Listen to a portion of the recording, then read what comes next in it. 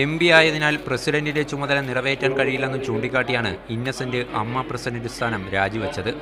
ഇന്നസെന്റിന്റെ രാജി അമ്മ എക്സിക്യൂട്ടീവ് യോഗവും ജനറൽ ബോഡി യോഗവും തള്ളി.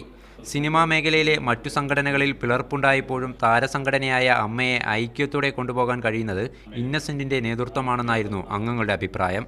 ഇന്ന് ജനറൽ ബോഡിയിൽ വെച്ചപ്പോഴും അവരെല്ലാവരും കൂടെ അത് വീണ്ടും തള്ളിയത് എന്നെ ഒന്നും കൂടി തള്ളിക്കളഞ്ഞു. അപ്പം ഞാൻ തന്നെ പ്രസിഡന്റായിട്ട് തുടരുന്നു. റിയാലിറ്റി ഷോയിൽ പങ്കെടുക്കുന്ന അഭിനേതാക്കൾ സ്വയം നിയന്ത്രണം എടുക്കണമെന്ന് ഇന്നസെന്റ് പറഞ്ഞു.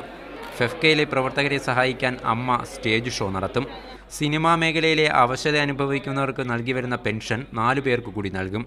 ഇതോടെ പെൻഷൻ വാങ്ങുന്നവരുടെ എണ്ണം 105 മരണപ്പെടുന്ന അഭിനേതാക്കളുടെ ആശ്രിതരെ സഹായിക്കാൻ ജനറൽ ബോഡിയിൽ തീരുമാനമായി. ആദ്യഘട്ടത്തിൽ കൊച്ചിൻ അനീഫയുടെ മക്കളുടെ വിദ്യാഭ്യാസ ചുമതല അമ്മ ഏറ്റെടുക്കും. അമ്മയുടെ അംഗത്വ ഫീസ് 1,10,000 രൂപയായി പുതുക്കി നിശ്ചയിക്കാനും യോഗത്തിൽ ധാരണയായി. അമ്മയിൽ നിലവിൽ 464 അംഗങ്ങളാണുള്ളത്. മീഡിയ 1 കൊച്ചി.